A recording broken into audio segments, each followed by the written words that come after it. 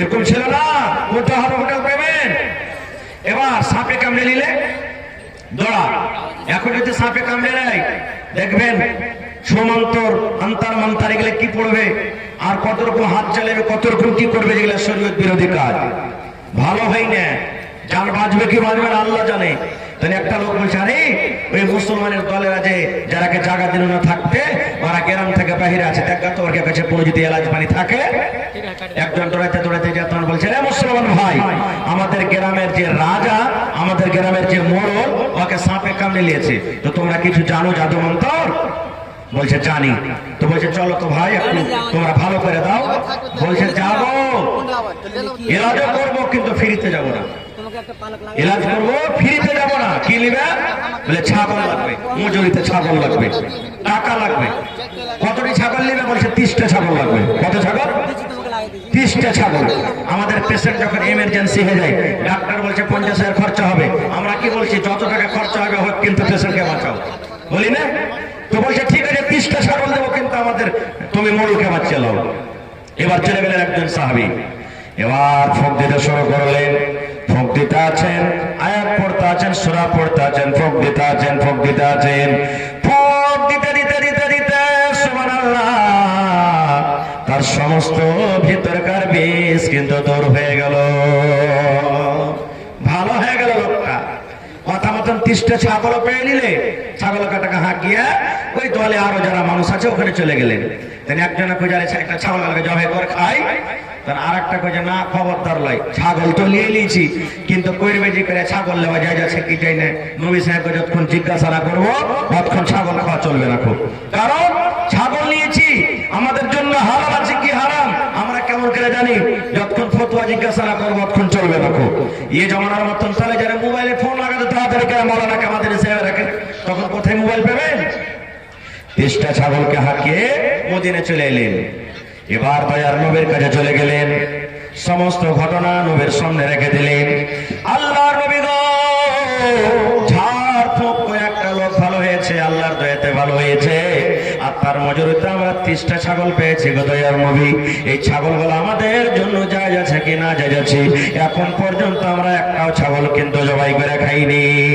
এবার নবী বলছেন, বাবারে কি কয়ে তোমরা ফোঁক দিয়েছিলে, কি কয়ে তোমরা ঝড় ফোঁক করেছিলে, কি মন্ত্র পড়ে তোমরা ফোঁক দিয়েছিলে, কোন দোয়া পড়ে তোমরা ফোঁক দিয়েছো? এবার সাহাবী বলছেন, ইয়া রাসূলুল্লাহ, আমরা আল্লাহ রাব্বুল আলামিন কোরআনের পাক পবিত্র সূরা সূরাতুল ফাতিহা পড়ে আমরা ফোঁক দিয়েছি। সূরাতুল ফাতিহা পড়ে যায় ফোঁক দিয়ে যায়, সূরাতুল ফাতিহা পড়ে যায় ফোঁক দিয়ে যায়, সূরাতুল ফাতিহা পড়ে যায় ফোঁক দিয়ে যায়। এই সূরা পড়ে পড়ে পড়ে পড়ে পড়ে আমরা ফোঁক দিয়েছি। নারে তাকবীর! তখন নবীজি বললেন, হ্যাঁ তোমাদের জন্য জায়েজ আছে, তোমরা খাইতে পারো এখন, কারণ তোমরা অন্য শরীয়ত বিরোধী মন্ত্র পড়ে ফোঁক দাওনি। যখন আমাদের মায়েরা খালারা কাকে যদি জিনে ধরলাই, কাকে যদি ভূতে ধরলাই, দেখবেন আর একটা আসন বানাবে, দেখেছেন কোনোদিন আপনারা? আসন বানাবে, কেউ থাকলে মা রাগ করিয়েন না, শরীয়তের কথা বলছি। আসন বানাবে, পান থইবে, সুপারি থইবে, তারপরে ওই সেন্দুর না কি বলে, সেন্দুর থইবে, মুখে লাড়ু থইবে, পেড়া থইবে, আগরবাতি জ্বালবে, আর তাম্মা তুলসের এখানে হাতে নেবে, আর ওকে বলবে একটা ফুল লে তুই জোর হাতে কর, আর ডাক তোর মশানকে কেমন করে ডাকছিস তুই? ধরবো তোর মশানাই বসে আছে, মশান আসে না, আসে না, আসে না। এবার নিকি ডাকতে শুরু করবে, তাম্বা তুলসির পূজারে কইরা রাখি নোরে, হাই রে সোনার বান্দারে, কি বা খাইবা কি বারে নিবা বলো রে, হাই রে সোনার বান্দারে। কয় না ভাই? রে মুসলমান, ওই মাকে বলবো, খালাকে বলবো, মুসলমান, নামাজ যদি না পড়েন মরে যান, রোজা যদি না পড়েন যদি মত হয়ে যায়, আল্লাহ হয়তো আপনাকে কোনোদিন জান্নাত দিতে পারে রে ভাই। কিন্তু এগুলা পড়তে পড়তে যদি মত হয়ে যায়, তওবা করতে যদি না পান, তাহলে আল্লাহর জান্নাত পাওয়া যাবে না। নামাজ পড়াও জান্নাত পাওয়া যাবে না, তেলাওয়াত করেও জান্নাত পাওয়া যাবে না রে, হজ করেও জান্নাত পাওয়া যাবে না। এই সমস্ত হলো শিরকের কাজ। এই সমস্ত কাজ করে আল্লাহর জান্নাত পাওয়া যাবে না, আল্লাহ জান্নাত দিবে না এই সমস্ত জিনিস পড়ে। তাহলে কত বড় ভুল আর পাপ করছি আমরা। আরেকটু আগে চলেন, কোরআন যদি আপনি জানেন আপনার মোহরের কাজ করবে, মোহরের কাজ করবে। কেমন মোহর? আল্লাহ তাআলা কোরআনে বলছেন, এরে দুনিয়ার মানুষ, তুমি যখন বিয়ে করবে যে বেটি ছেলেটাকে, ওর হক যেটা ওকে মোহরটা দিয়ে দাও। তুমি ওর যেটা হক বিয়ে করার টাইমে মোহর দাও, বিহার সমাজে তার মোহরটা দিয়ে দাও খুশি খুশি হয়ে। কিন্তু আমরা তো নিজের পকেট থেকে দিই না ভাই মোহর। বেশিরভাগই মানুষ বেটির বাপের কাছ থেকে 2 লাখ টাকা নিয়েছি, আর ওই 2 লাখ টাকার মধ্যে 5,000 10,000 টাকা মোহর আদায় করে দিচ্ছি। এটাই না করছে বেশিরভাগ? না করি না ভাই? হ্যাঁ না বলেন, এটা করি কি করি না? চলবে না এটা মোহর। ওয়ার টাকা দেওয়া কি মোহর? এটা চলবে না। কেমন কথা? টাকা না থাকলে মোহর চলবে? তাহলে শোনেন সহিহ হাদিস। আল্লাহর নবী একদিন বসে আছেন সাল্লাল্লাহু আলাইহি সাল্লাম। আপনারা যেমন জালসা শুনছেন, সাহাবায়ে কেরামের মাজমা, সাহাবায়ে কেরামের দল বসে আছে নবীর পাঞ্জরে। আর একটা বেটি ছেলে সুন্দর হে পর্দাশীল হে কাপড় ধরে পিন্ধে ডাইরেক্ট সবটি মানুষের সামনে নবীকে এসে বলছেন যে তোহা বলা কানাফসি ইয়া রাসূলুল্লাহ। সেই বেটি ছেলে বলছেন, আল্লাহর নবী গো, আমার জান আপনাকে সঁপে দিলাম গো নবীজি। আপনি আমাকে বিবাহ করলেন, আপনাকে মোহর লাগবে না, আপনাকে টাকা লাগবে না।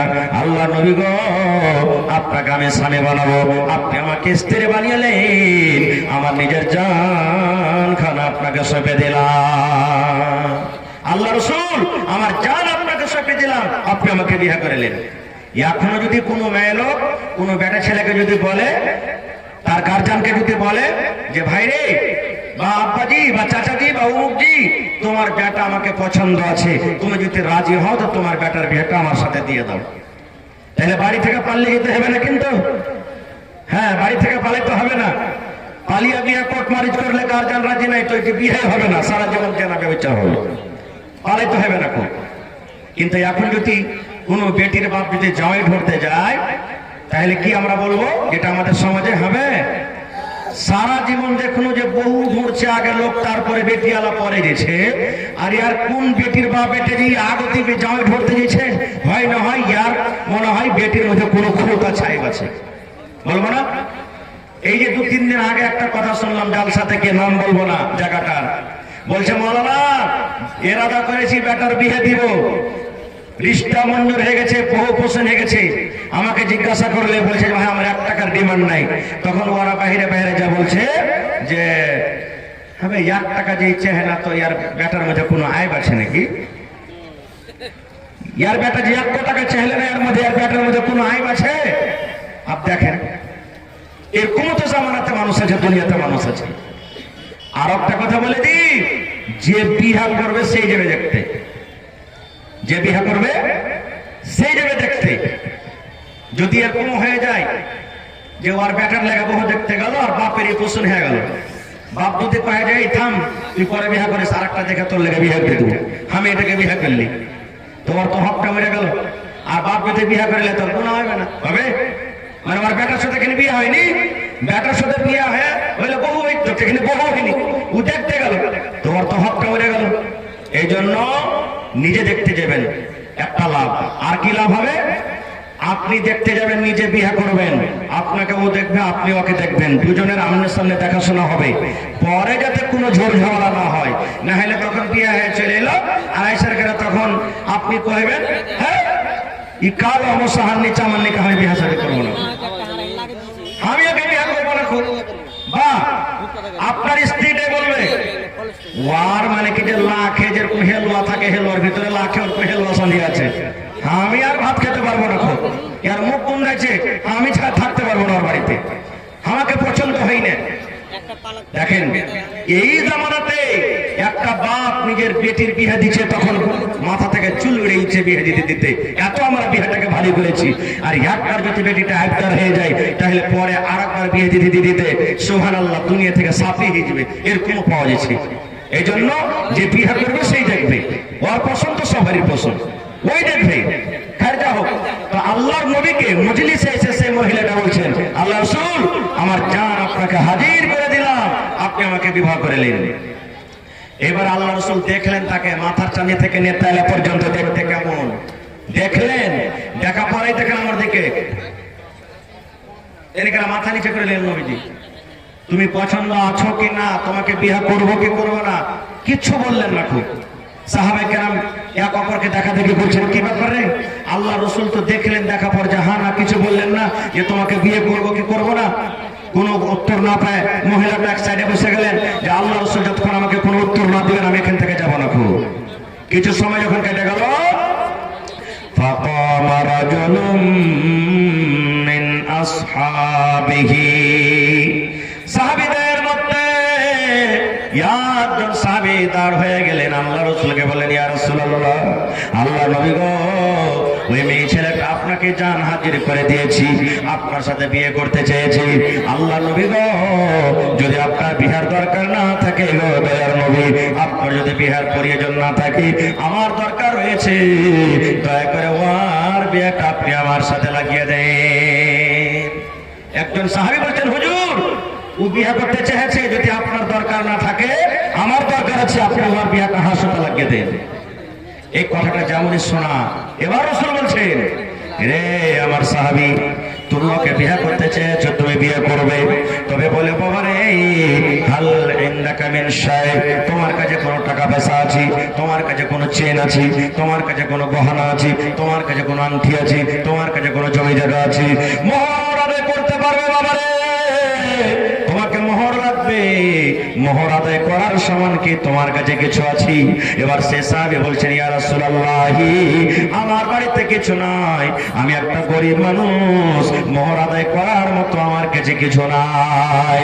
আল্লাহ নবী বললেন, সাহাবী তুমি বাড়ি যাও, আর বাড়িতে যা দেখো, উনজুর ওয়ালাউ খাতামান মিন হাদিদ, বাড়িতে তুমি যাও আর যা দেখো, সোনার নয় রে, চাঁদের নয়, যদি সামান্য একটা লোহার আংটি যদি পেয়ে যাও, ওই আংটি তুমি নিয়ে এসো, ওই লোহার আংটিকে মোহর করে ওই মেয়ে ছেলের সাথে তোমার কিন্তু আমরা বিয়ে লাগিয়ে দেব। যাও বাড়িতে দেখো একটা লোহার আংটি গেলা পাও কিনা। বাড়ি গেলেন, আমাদের মতন তো নয় যে এক পাত্র মাকে বেঁচে দেবো, চাল গেলা বেচবো, এই করবো ওই করবো, হয়ে যাবে যে না। দেখেন কত গরিব সাহাবী, বাড়ি গেলেন, খুব খোঁজাখুঁজি করলেন, কিন্তু একটা লোহার আংটি পর্যন্ত পেলেন না।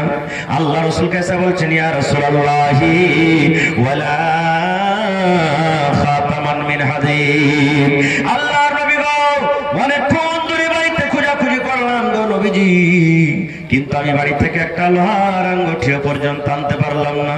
নবী বললেন, সাহাবী, যতক্ষণ পর্যন্ত তুমি মোহর আদায় না করবে, ততক্ষণ পর্যন্ত তোমার বিয়ে চলবে না।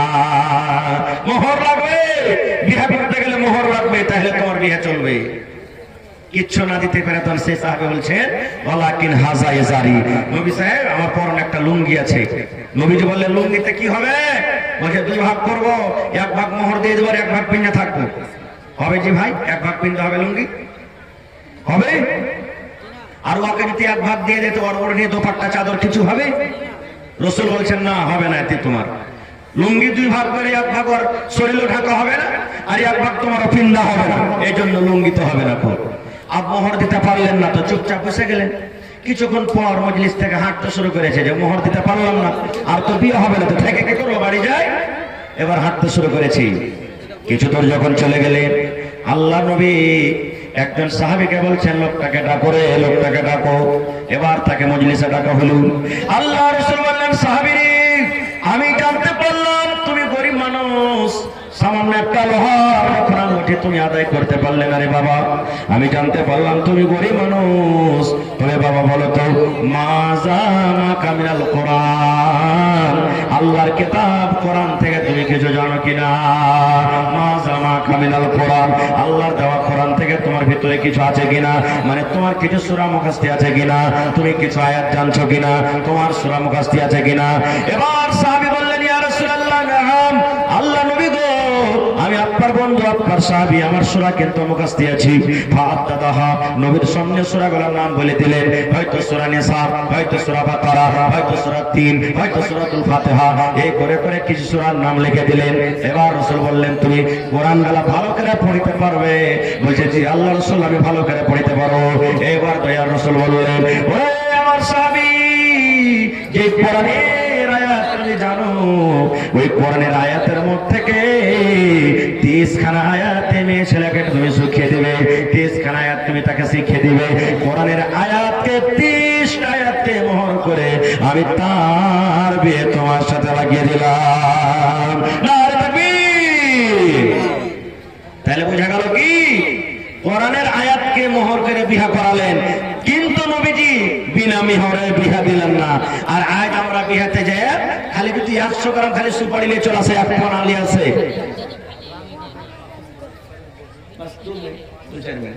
জি 5000 রামঘাটে এটা নাকি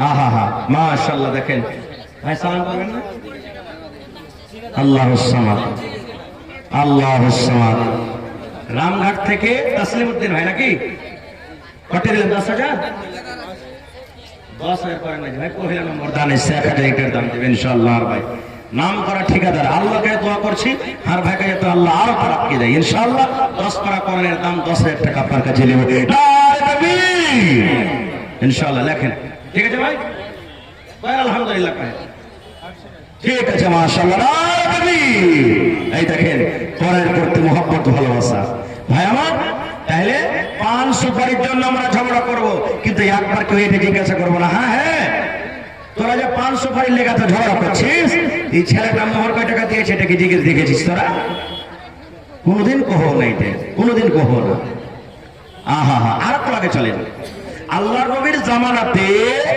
একজন সাহাবী ছিলেন তার নাম হলো সাফওয়ান বিন মুআত্তাল রাদিয়াল্লাহু তাআলা আনহু ভালো করে শুনবেন ওই সাহাবীটা নিজের স্ত্রীকে নামাজের হালাতে মারতো নামাজে কিল মারতো নামাজে কিল মারতে হয় যারা বলেন কিল মারতে হয় হয় না বাচ্চারা মারবে এই ছোট ছোট বাচ্চাগুলো দেখেছি পাঁচজন একদিন নামাজ পড়ছে রোজার দিনে পকেটে আর বিস্কুট খাওয়া আছে আর সিটে দেখেছে পকেট থেকে বিস্কুট খান পড়ে গেছে ও কি যাবে ছোট ছেলে আর ভক করে একবার বিস্কুট খেলে নামাজ হাতে মুখে দিয়ে চলবে ছেলেগুলো এগুলো করে কিন্তু যদি ওই জায়গাতে বড় মানুষ করে ওর নামাজ হবে যারা বলেন নামাজ হবে হবে না তো আল্লাহ নবীর জামানাতে সেই সাহাবী সাফওয়ান বিন মুআত্তাল নিজের বিবিকে মারতো একদিন দুদিন তিন দিন দেখে ওর মন খারাপ নবীর দরবারে চলে গেছেন শিকায়েত নিয়ে শিকায়েত কি আমার স্বামী খেতে দেয় না তা নয় মোড়লজি আমার স্বামী আমাকে মারছে আমাকে খেতে দেয় না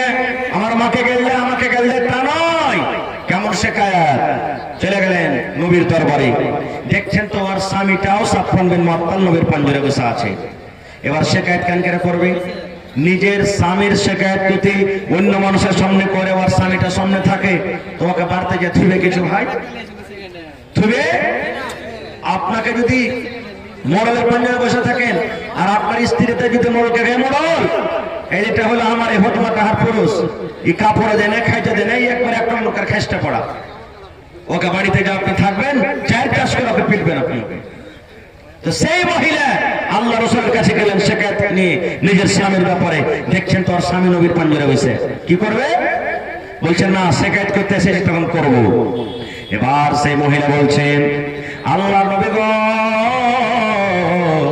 আমি যখন নামাজ পড়ি গো নবীজি আমার স্বামী নামাজের হালাতে আমাকে মারে হয়তো আমি রুকুতে আছি তখন আমাকে মারে হয়তো আমি সিজদাতে আছি তখন আমাকে মারে আল্লাহর নবী গো আমাকে নামাজ ছাড়তে বলে বিবিরে তুই নামাজ ছেড়ে দে নামাজ ছেড়ে দিই আমাকে নামাজ ছাড়তে বলে নামাজ কিন্তু আমার এখনো পূর্ণ হয়নি আমি নামাজ যখন না ছাড়ি নামাজের হালাতে আমাকে মারে 2 নম্বরে নবী গো আমি যখন রোজা রাখি আমার রোজাটাকে আমার এই ভেঙে দেয় আমার স্বামী আমাকে রোজা ভাঙতে বলে আমি কিন্তু বলছি রোজা ভাঙবো না নফল রোজা বলছেন আল্লাহ নবী গো আমি যখন রোজাটা না ভাঙি জবরান আমার মুখে পানি দিয়ে দেয় কিংবা আমার মুখে ছাজু দিয়ে দেয়, খাজর দিয়ে দেয়, আমি যদি না খাই আমার হাত কানটাকে ধরে টানতে টানতে আমাকে বিছানের দিকে নিয়ে চলে যায়, আর দিনের বেলাতে আমার সাথে সহবাস করে, আর সহবাস করে আমার রোজাটাকে ভেঙে দেয়। রোজার হালাতে স্বামী স্ত্রী মিলন করতে পারবে না, গুনাহ হয়ে যাবে, পাপ হবে। কিন্তু বলছেন নবীজি আমাকে রোজা ভাঙতে বলে, আমি রোজা ভাঙি না, তখন আমার রোজাটাকে ভেঙে দেয়। দুটো হয়ে গেল। 3 নম্বর, নবী গো আমার স্বামী এই যে সাফওয়ান পাঞ্জরে বসে আছি, ফজরের নামাজ পড়ে নবী গো, যখন সূর্যটা উঠে যায়, সূর্য ওঠার আগে নামাজ পড়ে না, যখন সূর্য উঠে যায় তখন কিন্তু নামাজটা পড়ে।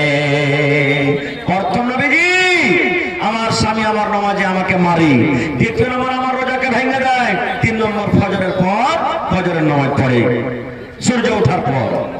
3টে শিকায়ত হয়ে গেল। এবার নবীজি সাফওয়ানকে বলছেন, সাফওয়ান তোমার স্ত্রী তোমার ব্যাপারে 3খানা কেস করেছে বাবা, 3টে শিকায়ত নিয়ে এসেছি, কতদূর কি? আমাদের মতন তো নয় যে লজ্জার কারণে মিথ্যে কথা বলে পার হয়ে যাব। সে সাহাবী বলছেন, আল্লাহ রাসূল গো আমার বিবি আমার ব্যাপারে যা বলেছে গো নবীজি সব সত্য, একটা মিথ্যা নয় গো নবীজি, একটা মিথ্যা নয়। আমি নামাজের হালাতে আমার বিবিকে মারি, আমি তার রোজাটাকে ভেঙে দিই, এবং আমার মাঝে মাঝে সূর্য ওঠার পর আমি ফজরের নামাজটা পড়ি। আল্লাহ রাসূল বললেন, বাবারে কি কারণে তোমার বিবিকে মারো? নামাজ তো আল্লাহর একটা ইবাদত, নামাজে তোমার তো হয় না রে বাবা, নামাজে কেন তোমার বিবিকে মারো? এবার সে সাহাবী বলছেন, আল্লাহ নবী গো আমি এই জন্য মারি গো নবীজি, আমি একটা গরিব মানুষ, মাঠে কামে কাজে চলে যাই, সারাদিন মাঠে কাজ কাম করি, এবার সন্ধ্যাবেলাতে যখন বাড়িতে আসি এশারের নামাজ আমি পড়ি, আমি এশারের নামাজ পড়ে আমি বিছানে চলে যাই, আমার বিবিকে আমি বলি, বিবি রে তুমি নামাজটাকে ছোট্ট ছোট্ট সূরা পড়ে আমার বিছানাতে তুমি এসো, আমার বিছানায় তুমি আসো, আমার মাথায় হয়তো একটু তুমি দেবে দাও, আমার গা হাতে একটু তেল লাগিয়ে দাও, তুমি আমার পাঞ্জরে একটু ঘুমাও, তুমি আমার স্ত্রী, তুমি আমার বিবি, তুমি যদি আমার পাঞ্জরে ঘুমাও তাহলে হয়তো আমার খাস্তাটা দূর হবে, আমার মনটা হালকা হয়ে যাবে। আল্লাহ নবী গো আমার বিবি আমার কথা মানে না, শুনে না, আমার বিছানে আসে না, নামাজ পড়তে লাগে, নামাজ পড়তে লাগে, কত লম্বা লম্বা করে সূরা পড়ে। বলছেন আল্লাহ নবী গো এক এক রেখাতে কোরআনের সবথেকে বড় বড় সূরা দুটো করে তেলাওয়াত করে। সূরা বাকারা বড় সূরা, সূরা আলে ইমরান বড় সূরা, সূরা নিসা বড় সূরা, সূরা মায়েদা বড় সূরা। আল্লাহ নবী গো 4 পারা কিংবা 4.5 পারা করে কোরআন এক এক রেখাতে তেলাওয়াত করেন। এই করতে করতে কোনদিন রাত 2টা হয়ে যায়, ফজর হয়ে যায়, আমি এই করে করে রাত কাটিয়ে দিয়ে আমার বিবি আমার বিছানাতে আসে না।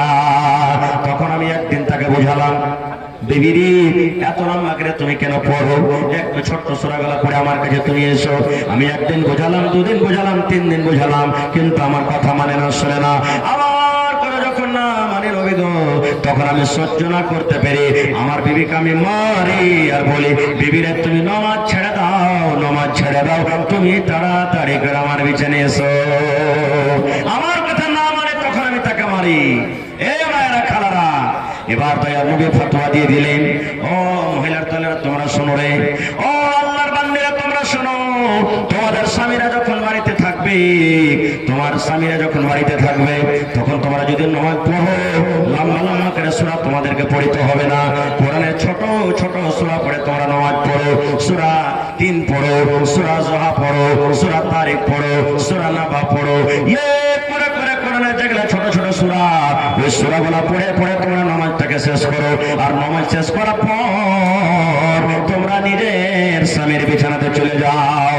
কারণ নবী বলেছেন, মহিলারে তুমি নামাজ পড়ছো, তুমি কোরআন তেলাওয়াত করছো, তুমি হজ করছো, তুমি দান করছো, তোমার পুরুষ যদি তোমার পরে নারাজ থাকে তাহলে আল্লাহর দরবারে তোমার নামাজ কিন্তু কবুল হবে না। যতক্ষণ তোমার পুরুষ তোমার পরে রাজি না হবে, ততক্ষণ তোমার আল্লাহ রাব্বুল আলামিন নামাজ কবুল করবেন না, ততদিন তোমার তেলাওয়াত হবে না, ততদিন তোমার কোনো আমল আল্লাহ কবুল করবে না। এই জন্য স্বামী তোমার পরে রেগে থাকলে স্বামীর হাত ধরে পড়া তো হাত ধরে, পা ধরে পড়া তো পা ধরে, যতক্ষণ মাফ না করবে ততক্ষণ পর্যন্ত আপনার ইবাদত হবে না। শুধু তা নয়, দেখবেন স্বামী স্ত্রীতে যদি একটু ঝগড়া হয়ে যায়, পালঙ্গে উড়ে একদিকে মুখ কাটকে রশিদ থাকবে, একদিকে মুখ কাটকে রশিদ থাকবে, কেউ কার সাথে চালা শপথ করবে না। খুব মনে করবে বুঝেন আমার সাথে চালা করবে, ও মনে করবে মনে আমার সাথে চালা করবে, এই করে করে করে গোটা রাতটা কাটিয়ে দিবে। এই আমার ভাই বোনেরা, মায়েরা, খালারা, এরকম রাত করে যদি রাতটা কাটান তো কি অবস্থা হবে জানেন? আল্লাহ রাসূল বলেছেন স্বামী স্ত্রীতে ঝগড়া হয়ে গেছে, স্বামী স্ত্রীতে তোতমা হয়ে গেছে, স্বামী স্ত্রীতে কোনো কথা হয়ে গেছে, আল্লাহ রাসূল বলেছেন মহিলারে তোমার স্বামীকে যদি তুমি রাগ করে গোসা করে তোমার স্বামী তুমি কথা না শুনে যদি তুমি চাবি না চালা শব্দে যদি রাতটা কাটিয়ে দাও, তোমার স্বামী যদি নারাজ হয়ে থাকে ওই রাতে যদি তোমার মত হয়ে যায় রে মহিলা, তোমাকে আল্লাহর জাহান্নামে যেতে হবে। এবং আল্লাহর ফেরেশতারা সেই মহিলার পরে বদদুয়া করবেন। কি বদদুয়া? আরে আল্লাহর বান্দি তোমার স্বামীকে তুমি নারাজ করে রেখেছো, তোমার স্বামীকে তুমি নারাজ করে রেখেছো, এ আল্লাহর বান্দি তুমি হালাক হয়ে যাও, বরবাদ হয়ে যাও, ধ্বংস হয়ে যাও, তুমি তাড়াতাড়ি করে তোমার স্বামীর কাছে তুমি মাপ নিয়ে লাও। নারে তাকবীর। কিন্তু কত মা খালা এমন আছে মাপ কি ঘোড়া টেম নেবে, পুরুষটা যদি একটু কমজোর হয় তো করে রে মিনসা ভাবনাকে কর্মর করার বলবে তোকে লাল বদম খেয়েছে করে মরা বেটা মরা, তুই চিনিস আমাকে কোন ঘরের বেটি হবে? হ্যাঁ, এক বুড়া 80 বছরকার লোকদের কান্নাতে হাঁটছে আর কানছে, একটা গড়িয়ে মাছ মারছে, বলছে দাদা এ বসে লোক দিতে মাছ মারতে এসছো নাকি? কইছে না রে ভাই তো দাদাকে ঢুঁড়তে এসছি। কইছে কেমন কথা? কইছে ঘাটে গোসল করতে এসছিল, ডুবে মরে গেছে তো ঢুঁড়ছি ওকে। কইছে হ্যাঁ দাদা তো উজান দিকে তুই ঢুঁড়ছিস কেন? ভাটো থেকে ঢোঁড়, মরবে মানুষ তো ভাটো থেকে না যাবে, যেদিকে পানি বইছে উল্টা দিকে কেন আসছিস? রে বোকা তুই বুঝবি না, 80 বছর বয়স, 50 বছর হয়ে গেল, 60 বছর বিয়ে হওয়া, কোনোদিন জীবনে সোজা কথা মুখ দিয়ে পাইনি, যেটাই করেছে ওটা উল্টা করেছে, তাই মরার পর উল্টা দিকে না ভাসবে, বলে দিকে ঢুঁড়তে এসছি। এরকম তো কোনো আছে? আল্লাহু সামাদ। আমার বড় উদ্দেশ্য সেই সাহাবী সুবহানাল্লাহ নিজের বিবিকে মারতেন লম্বা তেলাওয়াত করার কারণে। এই মায়েরা খালারা, আজকে ভাতড়িয়া গ্রাম না এটা? ভতরিয়া এই দেখেন ভতরিয়া গ্রামে সুবহানাল্লাহ কোন এমন মা, কোন এমন বোন, কোন এমন খালা, কোন এমন মনে হয় দাদি নাই। ওরে আল্লাহ, গোটা কোরআন দূরের কথা যদি তাকে বলা হয় বোন রে গোটা আম্মা পারা খান তুমি মুখস্থ শুনিয়ে দাও রে বোন, আমার মনে হয় পাওয়া যাবে না। কিন্তু ওরা কে গীত গাইতে বসিয়ে দেন, গীত গাইতে বসিয়ে দেন।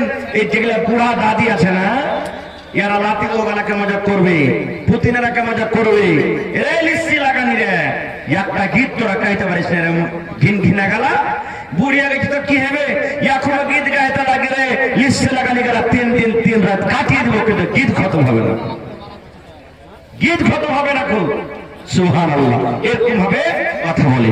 তাহলে বুঝতে পারলাম আল্লাহ নবীর জামানাতে মহিলাদের কত কোরআন মুখস্থ ছিল। ওরে সুবহানাল্লাহ, আজকে আমরা পুরুষ হয়েও দেখেন 2টা 3টে সূরা গাল আমাদের মুখস্থ নেই। আজকে আমরা 2টা 3টে সূরা গাল আমরা মুখস্থ করতে পারি না। খুব ভাই আমার, তবে এটা হলো আল্লাহ তাবারক ওয়া তাআলার পাক পবিত্র কোরআন, যে কোরআন আল্লাহ তাবারক ওয়া তাআলা আমাদেরকে দিয়েছেন, খুব বড় এটা নিয়ামত। এবার বলবেন মাওলানা কোরআন আইলো কখন? কখন কোরআন আল্লাহ তাআলা দিয়েছেন? বছরে কয়টা মাসে 1 বছর হয় ভাই? 12 ভাই বছরে কয় মাসে 1 বছর হয়? 12 মাসে। 12 মাসে একটা মাস আমরা রোজা রাখি, রাখি কি রাখি না? রোজা রাখেন না যে ভাই? রোজার মাসে একটা রাত আছে, ওই রাতটার নাম কি? শবে কদর। শবে কদর, ওই রাতটা 1000 মাস ইবাদত বندگی করে জানে কি পাওয়া যায়? আল্লাহ তাবারক ওয়া তাআলা 1000 মাস ইবাদত করার থেকে আল্লাহ তাআলা ওই ফজিলত দিয়েছেন। 1000 মাস ইবাদত বندگی করে জানে কি পাওয়া যাবে? ওই শবে কদরে যারা জাগবে, ইবাদত বندگی করবে, আল্লাহ তাআলা ওতখানি নিয়ে সেই রাতটাতে জেগেছে। কয়টা লোক আমরা মানছি? এটা কোন মাস চলছে? জোরে বলেন, কোন মাস চলছে আঙ্গিতে? এর মাসে কি আসবে? জানুয়ারি। আর জানুয়ারির 1 তারিখে সব বড় বড় মুরগা আর মুরগি পুষে দিয়েছে নাকি? জবাই করবে নাকি ভাই? জবাই করবেন, জবাই করবেন। মুসলমানের শরীয়তে ইসলামে কোন মাস থেকে নতুন সাল শুরু হয়েছে বলেন তো আরবিতে? মুহররম। কয়টা লোক জানছি? কিন্তু ওই মাসে আমরা ঢোল বাজাবো, ঢোল বাজাবো। আর জানি না যে মুসলমানের ইসলামিক তারিখ শুরু হলো কি মুহররম মাস থেকে, আমরা ওইটা জানি না। আর আমরা মানাবো এই লয়া তারিখের, লয়া সালের 1 তারিখে 1 জানুয়ারিতে মুরগা জবাই করবো। আর মুরগা কেন জবাই করে জানেন? একটা কথা আরো বলি, আপনাদের এলাকা তো আশা করছি আছে, আস্তে আস্তে কিন্তু কমে গেল। যেই দিন বাচ্চা মার পেট থেকে হয় 5 দিন, 3 দিন, 7 দিনকার যখন হয়, সেই দিন বাচ্চাটার মাথা নাড়া করে গোসল পানি ঘর লেপন যখন করে মা খালার গায়ে লেগে 4 রকম 5 রকম 6 রকম শাক সবজি যখন থালি ভরে ভাত খেতে দিবে। দেয় কেন দেয় জানেন? এই জন্য দেয় যে আজ যদি এই মা যদি ভালো করে 5-7 রকম তরকারিতে ভাত খেতে, ছেলেটা যতদিন বাঁচবে অতদিন দুধে ভাতে খেবে। শিরকিতে যে ভাইরা মুরগা জবাই করে খায় জানুয়ারি মাসে, এই নিয়ে দেখায় আল্লাহ আজ 1 সালের প্রথম মাসের প্রথম তারিখ আজ মুরগা জবাই করে খাইনো আল্লাহ, যাতে সারা জীবন একটা একটা করে রোজ দিন মুরগা জবাই করে খাইতে পারি আমরা। এই নিয়ে তো আমরা খাই। ভাইরে, কোরআন আসার পর আল্লাহ তাবারক ওয়া তাআলা সমস্ত বুরাইকে আমাদের মধ্যে থেকে দূর করে দিয়েছেন। তাহলে কোরআন আমাদেরকে শিখতে হবে না, হবে না? যারা বলেন কোরআন শিখতে হবে না, হবে না? 5টা বেটা আছে ভাই, একটা বেটাকে হাফিজ কোরআন করবেন, পরে ইনশাআল্লাহ যাবেন ইনশাআল্লাহ। মুসলমান আমার কথা নাই, আল্লাহ রাব্বুল আলামিনের নবী বলেছেন কিয়ামতের দিন হাফিজ কোরআনকে ডাকা হবে। 30 পারা কোরআন যার বুকে সিনাতে জমা হয়ে গেছে, ওই হাফিজ কোরআনকে আল্লাহ ডাকবেন আর বলবেন, হাফিজ কোরআন রে, তুমি কোরআন পড়িতে যাও, কোরআন পড়িতে যাও, একটা একটা করে আয়াত পড়িতে যাও, আর একটা একটা একটা করে তুমি 1 দরজা 1টা সিঁড়ি করে উঠাতে চলে যাও। লিফট দেখবেন আপনারা স্টেশনে এখন লাগা হয়ে গেছে, বড় বড় মাকারে লিফট লাগা হয়েছে। যেমন এই বাটন চাপবেন আপনি অটোমেটিক উঠে যাবে, আপনাকে হ্যান্ডেল ঘোরাইতে হবে না, আপনাকে ফিতা ঘোরাইতে হবে না। যেমন এই বাটন চাপলেন জয় মঞ্জিলাতে যেতে চাইলেন, চলে গেলেন। এই মতো আল্লাহ রাব্বুল আলামিন হাফিজে কোরআনকে ডাকবেন, হাফিজে কোরআন রে, তুমি দুনিয়াতে যেমন কোরআন পড়েছিলে, একটা করে আয়াত পড়ো, আর একটা একটা করে তুমি আয়াত পড়ে তুমি জান্নাতে চলে যাও, একটা করে সিঁড়িতে তুমি চলে যাও। বলবেন হাজী মাওলানা বেটা নাই অত ফজিলত পাইলে, বেটাকে হাফিজে কোরআন করেছি, আর আমি যে কষ্ট করে কাপড় দিয়েছি, টাকা দিয়েছি, ফিস দিয়েছি, কলম দিয়েছি, কপি দিয়েছি, সবকিছু দিয়েছি, তো আমি কিছু পাবো না? আল্লাহ রাসূল বলেছেন, ওরে হাফিজে কোরআনের মা এ বাপ তোরা শুনবি, এ হাফিজে কোরআনের মা বাপ তোরা শোন।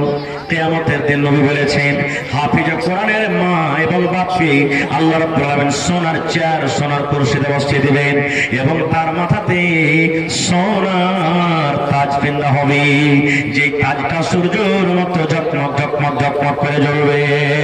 নারে তাকবীর, সুবহানাল্লাহ। ভাই মুসলমান, তবে সেই কোরআন আল্লাহ তাবারক ওয়া তাআলার কিতাব আমাদেরকে শিখতে হবে। আজকে যে মাদ্রাসার জলসা, সেই মাদ্রাসাতে কোরআন শেখানো হয়, সেই মাদ্রাসাতে দ্বীনের পড়া হয়, সেই মাদ্রাসাতে ইসলামের তালিম দেওয়া হয় এবং সাথে সাথে দুনিয়ারও তালিম দেওয়া হয়। তো ভাই, আমার ভাই তাসলিম উদ্দিন সাহেব এই দেখেন রামঘাট থেকে 10,000 টাকা এই কোরআনের জন্য দান করেছেন। দেখি 2 নম্বরে আমার কোনো আর ভাই নেই যে ভাই তাসলিম উদ্দিনের জোড়া আর একটা কলম হবে কোরআনের জন্য, 10,000 টাকা দান করবেন।